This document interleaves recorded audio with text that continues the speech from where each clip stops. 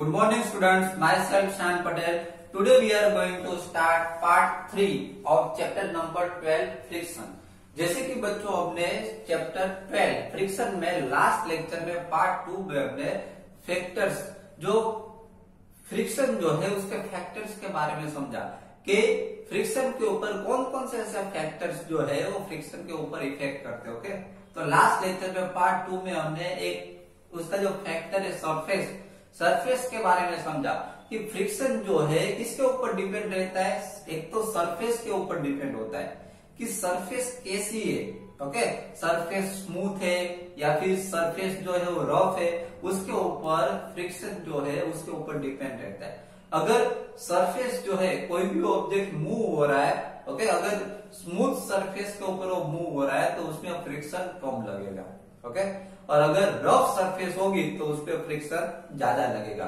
वो हमने last lecture में पार्ट 2 में हमने समझा था। ओके, आज के लेक्चर में हम उसी पॉइंट्स के बारे में आगे बढ़ेंगे कि ऐसे दूसरे भी फैक्टर्स है जो फ्रिक्शन के ऊपर इफेक्ट करते हैं। Okay, see here factors affecting friction.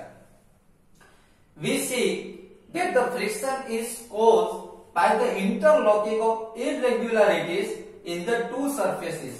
हमने देखा कि फ्रिक्शन जो है किसके ऊपर डिपेंड रहता है कि टू सरफेसेस के बीच में जो इरेगुलरिटीज हो, टू सरफेसेस के बीच में अगर इरेगुलरिटीज हो तो उसके ऊपर जो फ्रिक्शन है वो उसके ऊपर डिपेंड रहता है। Okay, now it is obvious that the force of friction will increase if the two surfaces are pressed harder। देखिए यहाँ पे ऐसा बताया कि ऑब्वियसली यहाँ पे ऐसा बताया गया है कि फ्रिक्शन जो है वो अगर फ्रिक्शन जो है वो इंक्रीज होगा। कब इंक्रीज होगा? तो if the two surfaces are pressed harder, अगर दो सरफेसेस के बीच में हार्डली प्रेस किए जाए, दो सरफेसेस के बीच में अगर प्रेशर ज्यादा लगे, ओके, तो उसका जो फ्रिक्शन होगा वो भी ज्यादा होगा। जैसे कि मैं आपको एक एग्जांपल दिखाऊं कि दो सरफेस आप लो, जैसे कि हमारे समझ लो कि हमारे दो हैंड ही, हमारे दो पाम है, और आप पहले प्रेस ऐसे ही पहले ज्यादा प्रेस मत करो, बहुत ही कम, इजीली उसके ऊपर मूव करो तो फ्रिक्शन कम लगेगा। समझ में आ रहा है? अगर एक पाम को मैं दूसरी पाम के ऊपर इजीली मैं मूव करूं तो फ्रिक्शन कम लगेगा। लेकिन जब इसके ऊपर मैं फोर्स लगाऊं प्रेशर के साथ, समझ में आ रहा है, जोर से प्रेशर के साथ में इसको मूव करूं तो फ्रिक्शन इसमें ज्यादा लगेगा, ज्यादा घिसेगा। समझ में आ रहा है? ओके, नाउ यहां पर भी एक एग्जांपल दिया, देखिए।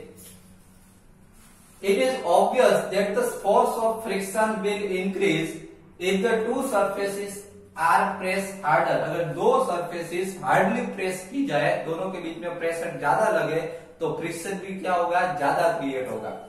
You can experience it by dragging a mat when nobody is sitting on it and when a person is sitting on it. यहाँ पे एक एग्जांपल दिया है, हार्डली प्रेस का एक एग्जांपल दिया है कि मैट जो होती है, आप फ्लोर पे जो मैट लगाते हो घर पे ना, घर पे जो मैट लगाते हो, मैट जो होती है, मैट को आप कोई भी पर्सन उसके ऊपर समझ लो कि बैठा नहीं है और ऐसे ही मैट को आप ड्रैग करो तो इजीली वो ड्रैग हो जाएगी। लेकिन अगर कोई पर्सन मैट के ऊपर सिटिंग हुआ होगा, वो बैठा हुआ होगा, और अगर आप उसको ड्रैग करने जाओगे तो बहुत ही आपको प्रेशर करना पड़ेगा। समझ में आ रहा है? तो उसमें फ्रिक्शन ज्यादा लगेगा क्योंकि वो उसके ऊपर प्रेशर ज्यादा है, उसके ऊपर वेट ज्यादा है। मैट के ऊपर जब कोई पर्सन नहीं बैठा है तब वो इजीली मूव हो जाएगी क्योंकि उसके ऊपर वेट नहीं है, उसके ऊपर प्रेशर नहीं है। ओके, लेकिन जब कोई पर्सन उसके ऊपर मैट के ऊपर बैठा है और इसलिए उसके ऊपर वेट ज्यादा आ गया, उसके ऊपर प्रेशर ज्यादा आ गया, जिसकी वजह से अगर आप मैट को खींचोगे तो फ्रिक्शन क्या होगा? ज्यादा लगेगा। समझ में आ रहा है? तो ये हो गया उसका एग्जाम्पल। ओके, कि अगर दो सरफेस के बीच में अगर हार्ड प्रेशर ज्यादा हो तो फ्रिक्शन भी क्या लगता है? ज्यादा लगता है। Clear? Now recall your experience when last time you move a heavy box from one place to another यहाँ पे ऐसा बताया गया है कि आपका एक्सपीरियंस याद कीजिए कि लास्ट टाइम जब आपने कोई हैवी बॉक्स जो है one place to another place, जब आपने कोई हैवी बॉक्स जब मूव किया था वो याद कीजिए। If you have no such experience get that experience now. देखिए यहाँ पे ऐसा बताया गया है कि अगर आपको कोई एक्सपीरियंस नहीं है हैवी बॉक्स को मूव करने का तो अभी कीजिए, कोई हैवी बॉक्स को मूव कीजिए और एक्सपीरियंस कीजिए। ओके, देखिए now what is easier to move the box from rest or to move it when it is already in motion। बच्चों यहाँ पे ऐसा बताया गया है कि कौन सा इजी होगा। बॉक्स जो है कोई हैवी बॉक्स ऐसे रेस्ट पोजीशन में पड़ा है, बराबर, कोई हैवी बॉक्स ऐसे रेस्ट पोजीशन में पड़ा है, वो बहुत हैवी है। ओके, तो हैवी बॉक्स को रेस्ट पोजीशन में से आप फोर्स लगाओगे उसको मूव करने के लिए, ओके, वो इजी रहेगा या फिर कोई हैवी बॉक्स ऑलरेडी मोशन में है, ऑलरेडी मूव हो रहा है और उसको आप फोर्स लगा के वो इजी रहेगा।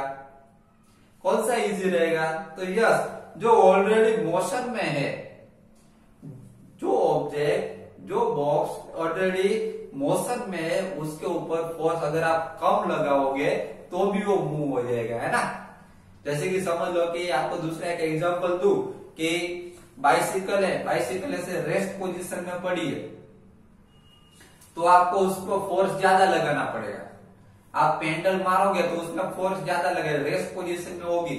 अभी बाइसिकल स्टॉप है, वो मोशन में नहीं है। ओके, तो बाइसिकल को आप उसके पेडल को आप ज्यादा फोर्स देना पड़ेगा क्योंकि वो रेस्ट पोजीशन में। लेकिन अगर बाइसिकल मूव हो रही है, ओके, जब बाइसिकल मूव हो रही है, जब मोशन में, तभी आप उसके ऊपर जब पेडल लगाते हो तो इजीली वो पेडल लग जाते हैं। समझ में आ रहा है? उसके लिए कम फोर्स चाहिए। समझ में आ रहा है? तो इसका मतलब ये हुआ कि जब कोई, यहाँ पे हैवी बॉक्स की बात हो रही है कि जब कोई जो हैवी बॉक्स है जब रेस्ट पोजीशन में है तो उसको मूव करना हो तो फोर्स ज्यादा लगाना पड़ेगा। क्लियर?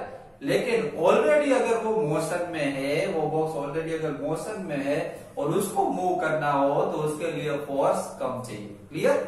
ओके, नाउ अब इसके ऊपर से बच्चों यहाँ पे उसके टू टाइप्स बनते हैं फ्रिक्शन के। There are two types of friction. यहाँ पे दो टाइप के बारे में समझते हैं फ्रिक्शन के। First is static friction.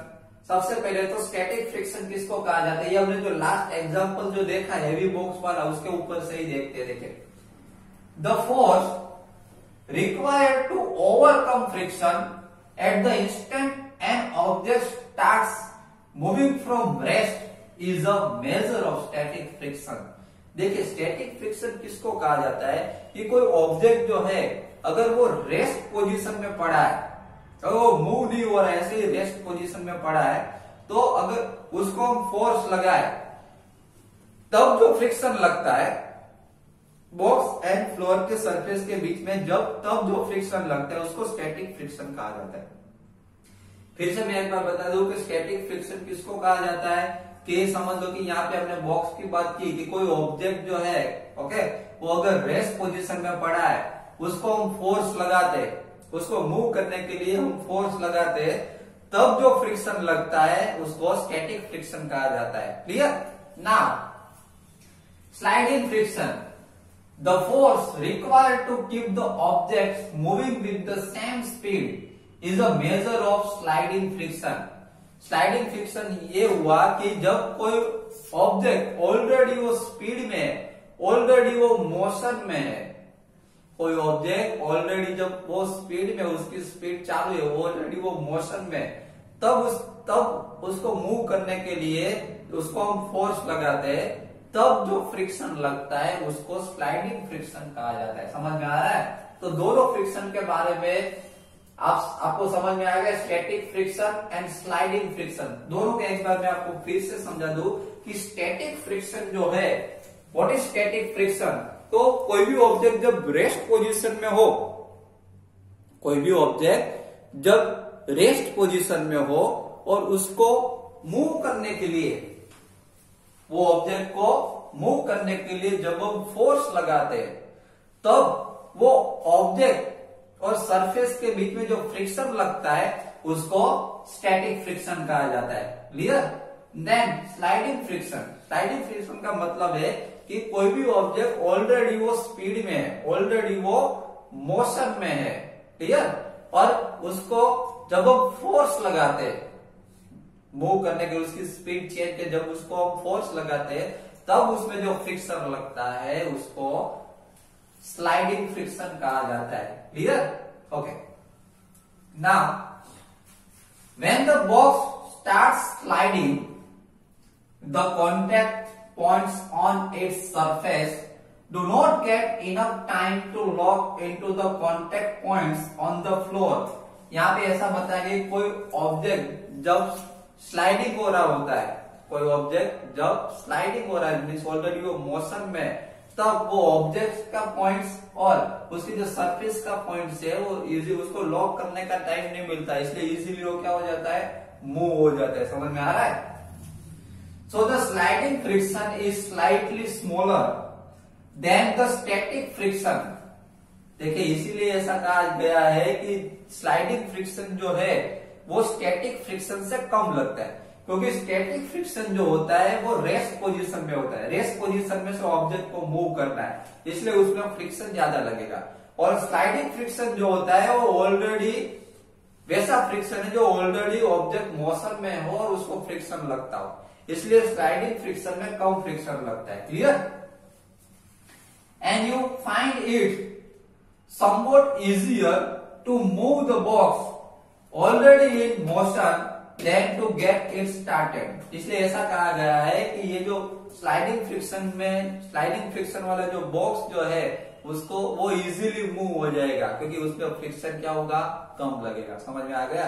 तो बच्चों यहाँ पे हमारा पार्ट 3 जो है वो यहाँ पे कंप्लीट हो रहा है। यहाँ पे हमने फैक्टर्स अफेक्टिंग फ्रिक्शन के बारे में समझ लिया। ओके, नेक्स्ट जो आगे के जो टॉपिक्स जो है वो हम नेक्स्ट लेक्चर में पार्ट 4 में समझेंगे। Okay, thank you very much.